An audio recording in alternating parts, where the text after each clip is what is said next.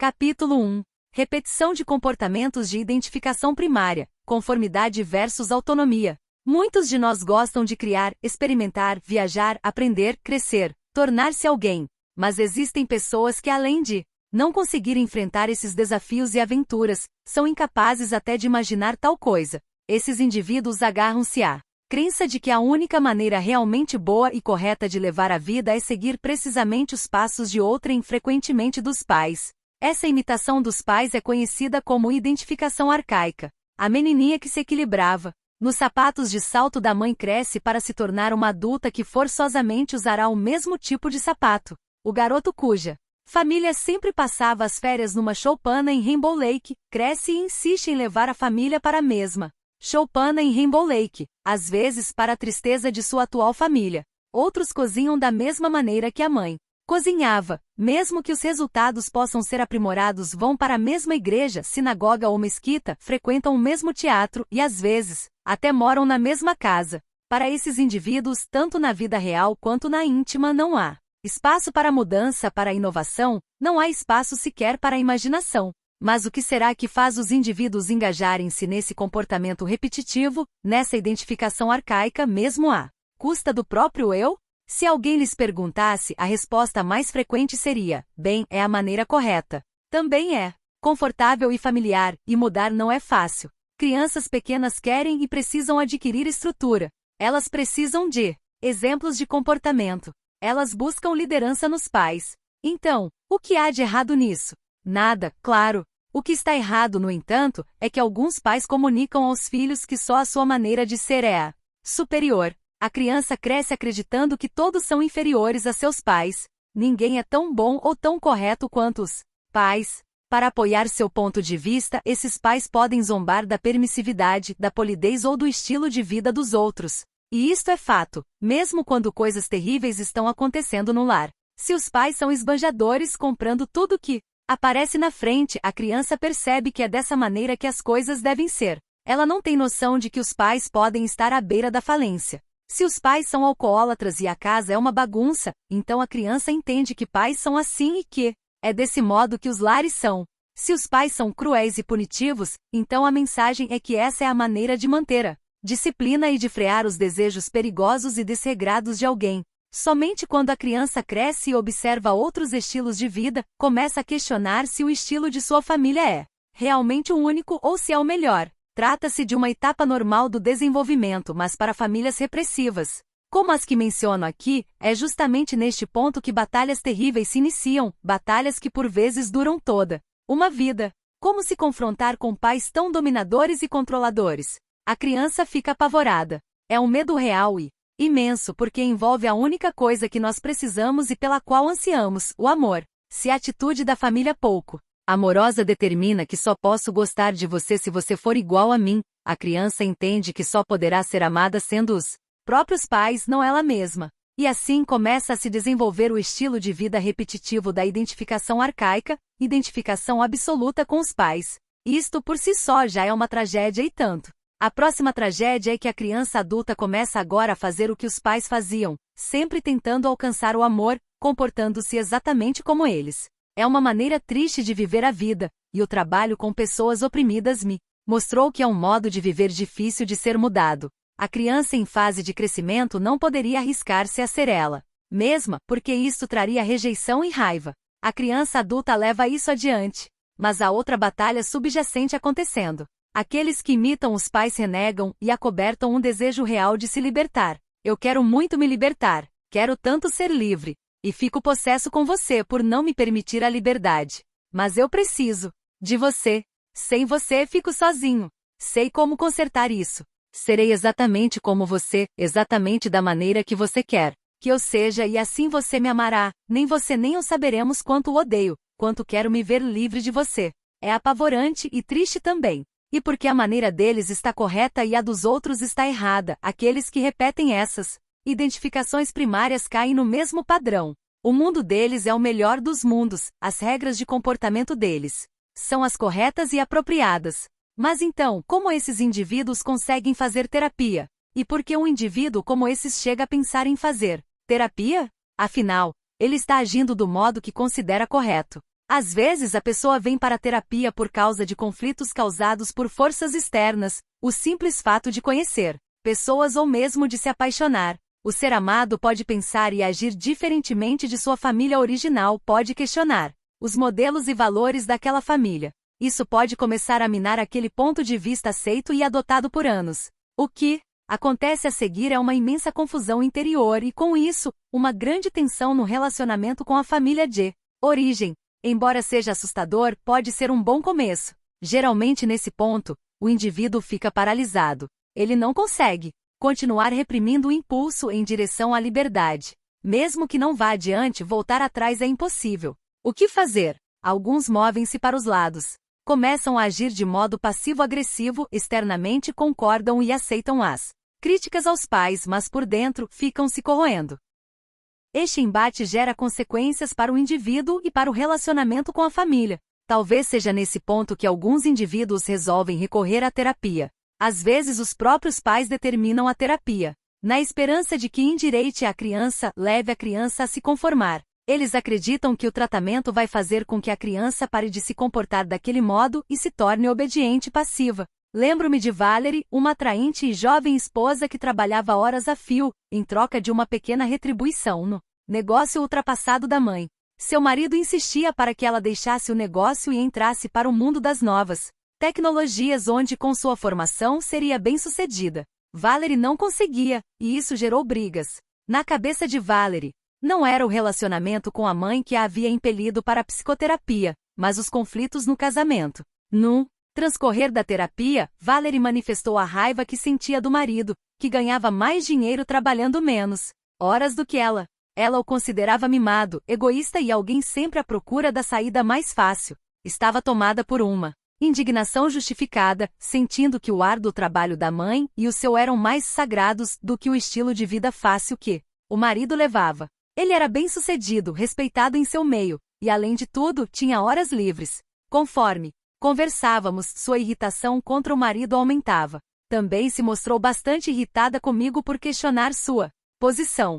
Por que uma mulher tão brilhante e capaz estava presa ao passado e ao ultrapassado? Por que ela se sentia tão indigna de ser bem-sucedida perante o mundo? Ela lembrava constantemente a si mesma, e a mim também, que a vida da mãe havia sido bastante difícil. O pai morrera em um acidente logo depois de abrir o negócio. Ela sabia, foi avisada milhões de vezes que a mãe batalhara e se sacrificará para cuidar do negócio e criá-la, pois Valerie era criança. Como Valerie poderia não se sentir culpada e moralmente comprometida? Havia uma clara mensagem de que Valerie não tinha escolha se não ajudar a mãe.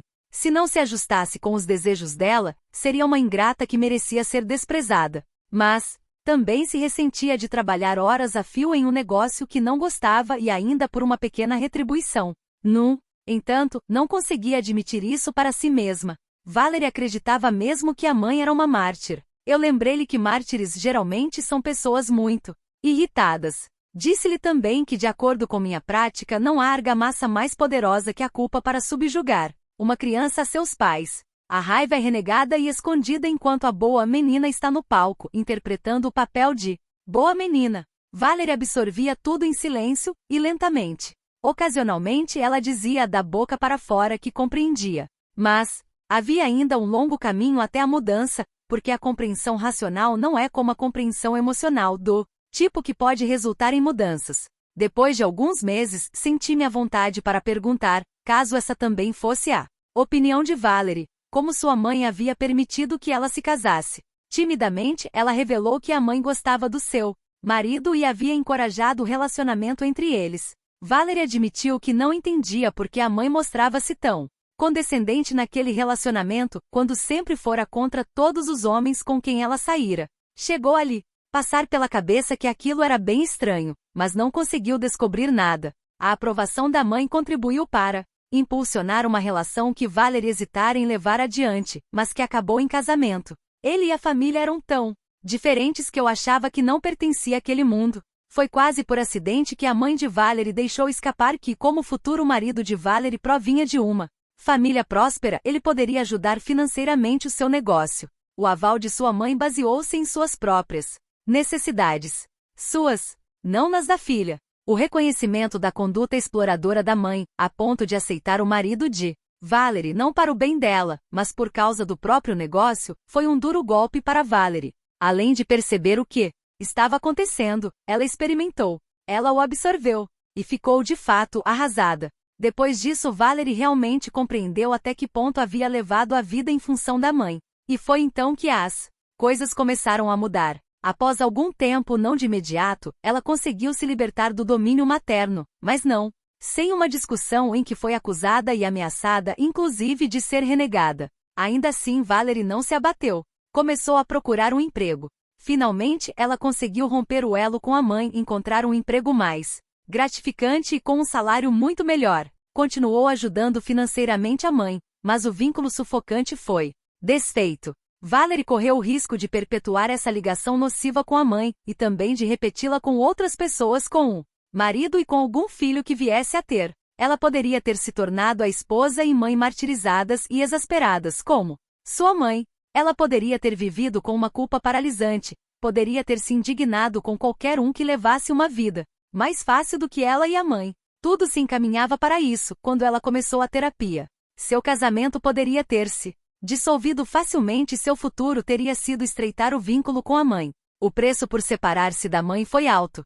Foi difícil. E Valerie precisou de muita ajuda para suportar a própria culpa e a constante reprovação da mãe. Ela poderia ter continuado com o trabalho de longas horas e com remuneração insignificante. Mas foi em frente. Passou a manter uma relação cordial com a mãe, uma relação diferente e bem distante de tudo que haviam tido até então. Valerie teve de atravessar alguma turbulência para conseguir se safar. O dano estava feito e agora o trabalho dela era tentar mudar, consertar o que podia ser consertado. Assim que Valerie se casou e mudou-se para a nova residência bem mais luxuosa do que jamais sonhara, ela teve de lidar com algumas situações difíceis. A cozinha era bem pequena, os quartos tiveram de ser redecorados, e mobiliar a casa foi um pesadelo, um mar de indecisões.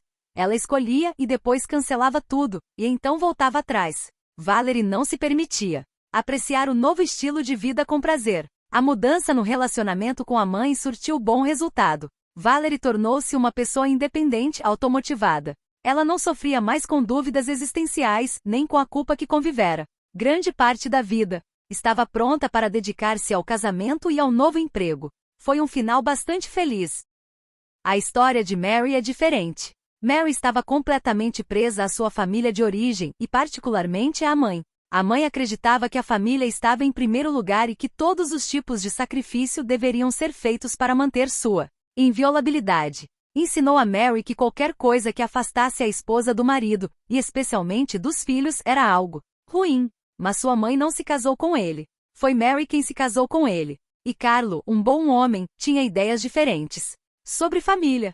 Ele era um carpinteiro que trabalhava com afinco, voltando para casa todas as noites para estar com a esposa e os 2 filhos pequenos. Mas Carlo, com 30 anos, decidiu que queria uma vida diferente. Nunca havia sido bom aluno e fora aprovado com dificuldade no ensino médio, pois não estudava nem fazia exercícios de casa. Depois de 4 anos de casamento e 2 filhos, ele queria entrar para o mundo dos negócios.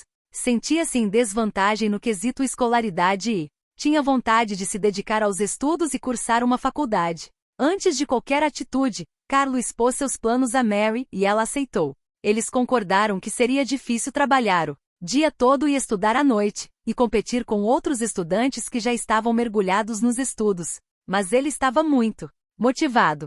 E assim foi. Carlo passava os fins de semana na biblioteca. Em casa, Mary tornava-se cada vez mais irritada. Embora tivesse concordado da boca para fora com o desejo de Carlo de aprimorar-se e seguir seus sonhos, ela agora via suas ausências como rejeição. Ela praguejava que essa não era sua ideia de vida familiar, e insistia que queria um marido que estivesse em casa com a família.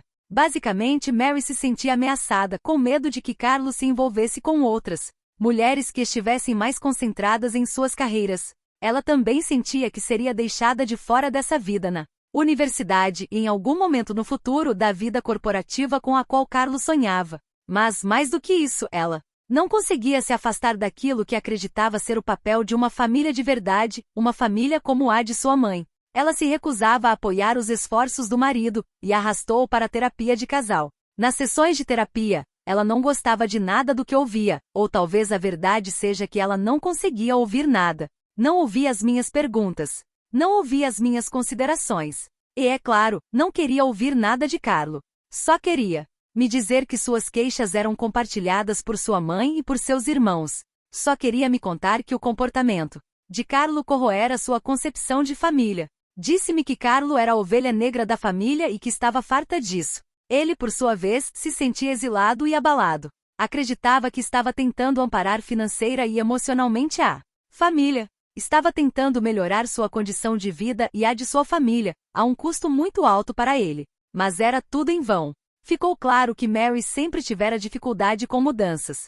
Sofrendo de fobias quando criança, ela não podia cogitar, viajar ou sair de férias, ou qualquer outra coisa que a afastasse de seu lar. O casamento foi se perdendo cada vez mais, mas, de alguma maneira resistiu, embora eles tivessem parado de fazer terapia. No entanto, 5 anos depois, eles retornaram. Agora Carlo estava trabalhando na área de finanças e estava inscrito em um programa de MBA, trabalhando muito, despendendo várias horas diárias para se deslocar até o local de trabalho, e ganhando muito mais dinheiro do que chegou a sonhar. Mary o considerava um elitista. O casamento estava seriamente comprometido. Mary esperava sinceramente que, dessa vez, eu dissesse a Carlo que ele tinha de mudar. Para mim, era interessante que ela tivesse retornado, já que não tínhamos feito quase nenhum progresso na nossa tentativa anterior, e infelizmente não fizemos nenhum dessa vez. Também, no capítulo do casamento, discutiremos o contrato não escrito 1. Pode-se dizer que Carlo quebrou o contrato original com Mary. Ela esperava que ele permanecesse um carpinteiro feliz, trabalhando e estando ao lado da família. Não importava que ela tivesse concordado com os planos de Carlo para o aperfeiçoamento. Não importava que ele não tivesse agido unilateralmente sem discutir previamente com ela. Não, havia outras coisas em questão aqui. Mary tinha um conjunto de valores e ideais estabelecidos pela mãe, e embora os valores de Carlo fossem bons, saudáveis e fortes, ela não conseguia ver isso. Ela lutou para manter as coisas exatamente como eram na sua infância, com consequências devastadoras. O casamento balançou e acabou ruindo. Geralmente me perguntam, quando o paciente vem pela primeira vez ao meu consultório, se sou um terapeuta cristão. A suposição parece ser a de que só poderei ajudar se compartilhar do mesmo sistema de crenças. Fred foi criado em um lar fundamentalista no qual as palavras literais da Bíblia, do pastor e da rígida comunidade religiosa eram lei. Fred tinha de se submeter a orientações religiosas e a orações bem cedo pela manhã, antes do colégio afiliado à sua religião. As noites eram dedicadas ao estudo e às orações. Não havia divertimento. Não havia socialização.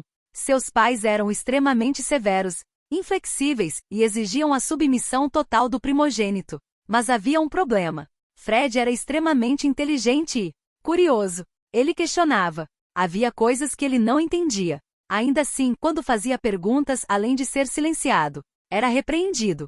As perguntas eram coisa do diabo. Fred então passou a engolir as perguntas e tentou ser o bom filho, mas, depois de um tempo, desenvolveu tiques nervosos e dificuldades de fala. Os pais atribuíam isso a seu desvio da palavra do Senhor. Ninguém pensava em submeter Fred a uma terapia, já que seus sintomas eram causados por seu comportamento obstinado, pecaminoso e rebelde. Fred persistia com suas dúvidas e seu ceticismo, embora na maior parte das vezes se mantivesse calado. Ainda assim, havia um preço a pagar, pois seus pais estavam cientes de suas dúvidas, e seus colegas o atormentavam por seus movimentos involuntários e sua gagueira. Quando foi aceito por uma faculdade na qual se inscreveu secretamente, os pais exigiram que ele fosse para uma faculdade vinculada aos princípios de sua religião. Fred os enfrentou. Eles se recusaram a pagar por uma faculdade secular. Ele conseguiu uma bolsa de estudos, e trabalhava para arranjar dinheiro para os livros e despesas pessoais. Fred era um aluno excepcional. Distanciou-se dos pais. Depois de muita insistência, Fred passou a ir para casa em alguns feriados só para ouvir o desejo dos pais de que frequentasse a igreja e se comportasse da maneira que eles queriam. Ele voltava para a faculdade e começava a beber e a passar o tempo jogando cartas, divertindo-se nos bares e fazendo sexo. Encontrava-se em um estado de rebeldia motivado pela culpa. O resultado foi um distanciamento cada vez maior entre ele e os pais e de si mesmo. Outro problema estava acontecendo em casa, mas desta vez Fred não era o responsável. Sua mãe tinha uma doença que acarretara certa dificuldade de lidar com a realidade, e Fred sabia disso. Quando o pai gritava com a mãe para que ela rezasse, Fred algumas vezes tentava salvá-la, transformando-se na causa da discussão dos pais. Se você cuidasse da sua vida e fosse à igreja, todos nós estaríamos em uma situação melhor, era o que o pai dizia. A mãe foi parar várias vezes em instituições de saúde mental. Toda vez que ela recebia alta, o pai dizia que a havia curado pela oração. Quando Fred se separou da família, continuou a manter contato com o irmão mais novo, que ainda vivia com os pais e via Fred como um pária. Fred se sentia deprimido e sozinho, sem nenhum apoio senão o dos colegas da faculdade que sentiam pena dele. Mas isto não o ajudava a superar a alienação de si mesmo. Os pais lhe disseram que se não voltasse a agir de acordo com a vontade deles, não seria mais bem-vindo em casa. O primeiro emprego de Fred, assim que concluiu a faculdade, o conduziu para uma nova comunidade onde não conhecia ninguém. Ficava a muitos quilômetros de sua casa e da faculdade que frequentara. Embora se saísse bem no emprego, Fred se sentia sozinho e infeliz. Conheceu algumas mulheres, mas depois de certo tempo, descobriu que elas eram manipuladoras e extremamente exigentes. Insistiam para que ele agisse da maneira que elas queriam. Fred estava vulnerável e precisando relacionar-se com alguém, e não podia abrir mão daqueles relacionamentos facilmente. Sabia que não era aquilo que queria, mas sentia que, à sua maneira, aquelas mulheres lhe ofereciam companhia, e pareciam interessadas nele. Escolhia mulheres que eram vulneráveis e bastante carentes, e o que o atraía nelas era o desejo de salvá-las. Tudo isso para diminuir sua própria culpa, para convencer-se de que era um bom rapaz. Ele também escolhia mulheres que, assim como seus pais, eram exigentes e manipuladoras. Era tentador para Fred continuar a se envolver com essas mulheres, possivelmente até casar-se com elas, mas sabia que algo não ia bem. Então ele procurou a terapia. Quando começou a explorar seus sentimentos, tornou-se claro que todas as mulheres que escolhia eram réplicas de seus pais. Eram rígidas, tinham ideias fixas. E os sentimentos de Fred? Quem ligava para eles? Os sentimentos e pensamentos eram desprezados. Fred estava sozinho e se sentia um fracassado. Estaria livre daqueles relacionamentos repetitivos, neuróticos com mulheres, se conseguisse perceber sua compulsão para salvá-las. Ele se tornou consciente de sua atração, latente pelo que lhe era familiar, embora prejudicial. Não queria ficar sem uma companhia feminina, mas conseguiu perceber a mágoa que nutria dos pais, e ficou feliz por ter se dado conta de que algo estava errado no relacionamento com aquelas mulheres antes de se deixar envolver totalmente por elas. Tanto Valerie quanto Fred conseguiram evitar a sabotagem de seu futuro, mas com Beatrice a situação era diferente. Ela estava na casa dos 30, vivendo com os pais em um trabalho burocrático, quando apareceu no meu consultório. Era uma mulher inteligente que havia feito alguns cursos em uma faculdade estadual e havia se saído bem, mas participará desses cursos de uma maneira aleatória e esporádica, e quase sempre perdia o prazo final de entrega dos trabalhos. Estava sempre solicitando prorrogações e permissão para fazer exames de segunda chamada. Não tinha planos de terminar a faculdade ou de conseguir um diploma. Desde a época do ensino médio, ela recordava-se de dizer: eu poderia ter feito melhor, mas sempre deixo tudo para depois. Faço as coisas da minha maneira e no meu tempo. Mas ela também acreditava que as coisas eram mais difíceis para ela do que para os outros. Não fazia nenhuma conexão da tendência de adiar as coisas e sua hesitação, com a crença de que as coisas eram difíceis para ela. Mas também não era capaz de ver que estava presa a um processo de perfeccionismo paralisante. As coisas eram mais difíceis para ela porque nada do que fazia era suficientemente bom.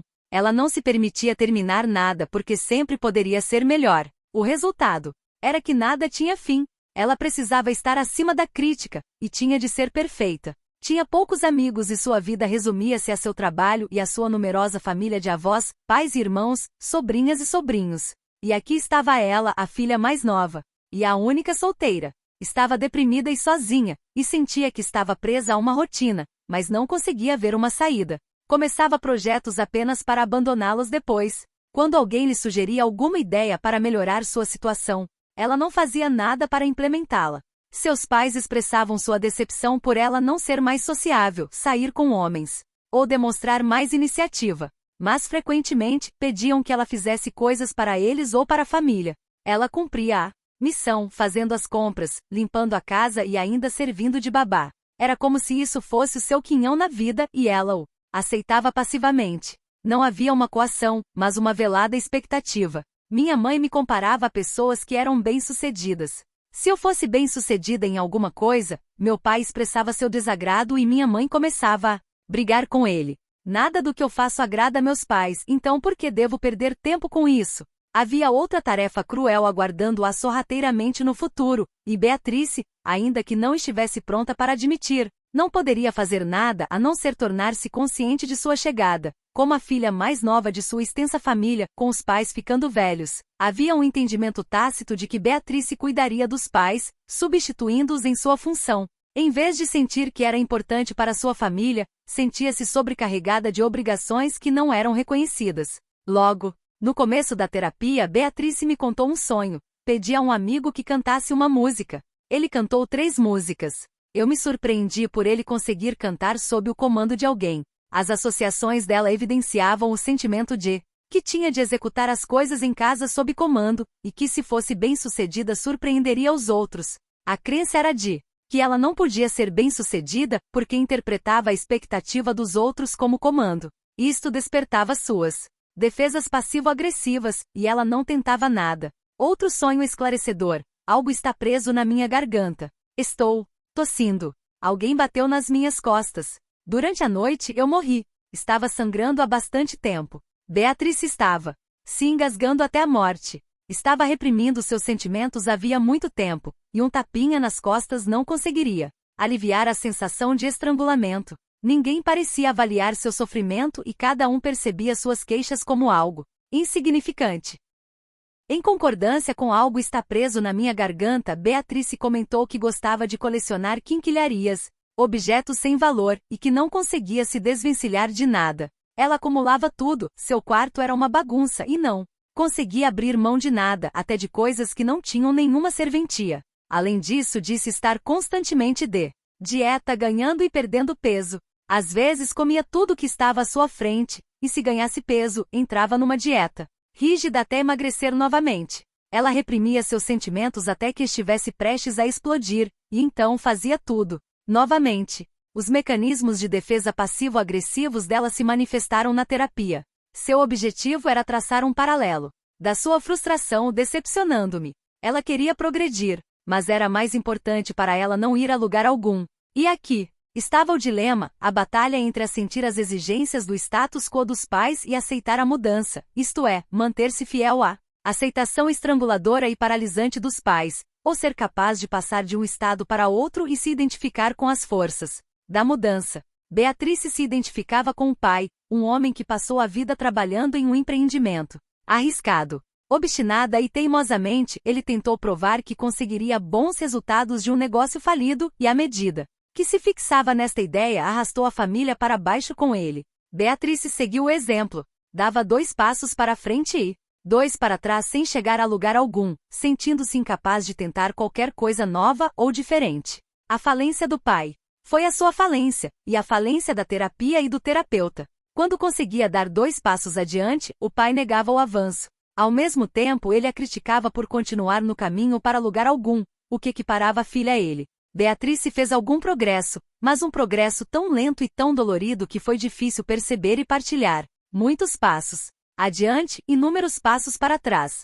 E assim é para a maioria dos que são prisioneiros desse tipo de repetição. O receio de magoar os pais, a culpa por se libertar e por fazer valer seus direitos não podem ser superados facilmente. E para muitos, essa expressão de autonomia, que deveria ocorrer gradativamente durante o crescimento, não surge de maneira alguma. Para outros, surge à custa de alienação e solidão. Em famílias nas quais os pais são autoritários, severos e inflexíveis, as crianças crescem com medo e ansiedade. A ameaça da culpa, da punição, do retraimento do amor e da aceitação, e em alguns casos, do abandono forçam as crianças a refrear a necessidade de experimentar e de cometer os próprios erros. Assim, elas permanecem em constante dúvida sobre si mesmas, com inseguranças e relutantes em confiar nos próprios sentimentos. Sentem que não têm outra saída e, em muitos casos, conforme mostramos, incorporam os padrões e valores dos pais. tornando-se pequenas cópias. Elas seguem o comportamento prescrito, suprimindo sua individualidade e seus potenciais criativos.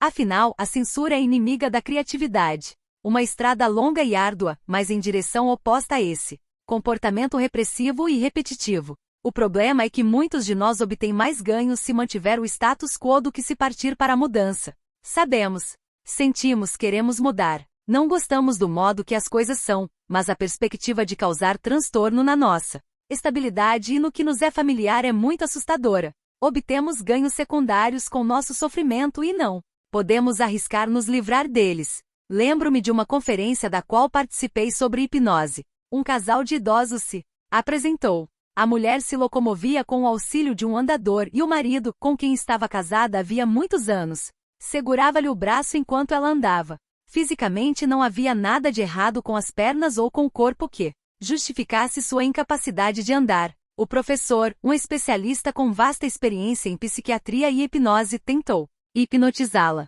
Ela entrou em estado de transe e ele começou a sugerir-lhe que ela era capaz de andar, mas foi tudo em vão. Quando saiu do transe, ela ainda não conseguia andar. A explicação foi que havia muitos ganhos assegurados com o fato de ter o marido a seu lado, cuidando e realizando as vontades dela. Muitas pessoas se utilizam de enfermidades para perpetuar relacionamentos, mesmo à custa da liberdade e da autonomia. As satisfações decorrem do fato de se ver limitado e incapacitado física ou psicologicamente. Isto geralmente é uma das grandes forças dissuasivas do progresso na psicoterapia. É algo inconsciente, mas há mais gratificação na perpetuação do que no seu abandono. Beatrice, apesar de toda a sua infelicidade, tinha medo de abdicar de sua posição na família. Ela se sentia necessária e ameaçada pela ideia de alcançar um patamar que contribuísse para obter um senso maior de independência e de individualidade. Os riscos eram muito grandes. A perda do conhecido, do familiar, era muito assustadora. Dentro de todos nós há uma criança que quer experimentar o novo e o diferente, uma criança que tem uma curiosidade saudável pelo mundo que a cerca, que quer aprender e criar. Em todos nós há necessidade de segurança, de proteção e de estabilidade. Teoricamente, aqui se estabelece o equilíbrio entre os dois tipos de necessidade. A base da segurança está presente e serve de fundamento, permitindo a exploração de novas ideias e novas aprendizagens e experiências. Mas muito frequentemente a necessidade de segurança e de dependência superam a liberdade de explorar, e nós acabamos sufocando e até destruindo os desejos criativos, a fantasia, a criança dentro de nós. Buscamos fontes que satisfaçam nossa necessidade de dependência e de segurança, sacrificando a criança curiosa e imaginativa. Há pessoas que correm muitos riscos, que tentam várias vezes a sorte e perdem, em detrimento de tudo o que está envolvido. Mas há aqueles que têm aversão ao risco e fazem muito pouco uso de seu talento e de suas habilidades, com medo de mudar a visão da criança dependente e protegida que tem de si mesmos. A autonomia, a independência e o sucesso são apavorantes, porque significam que não poderemos mais argumentar que nossas necessidades precisam estar protegidas. Para essas pessoas, o sucesso não gera êxito. O sucesso traz mais trabalho, uma dependência maior, mais razões para abandonar o argumento de seguir em frente, para muito longe, e explorar o novo e o diferente.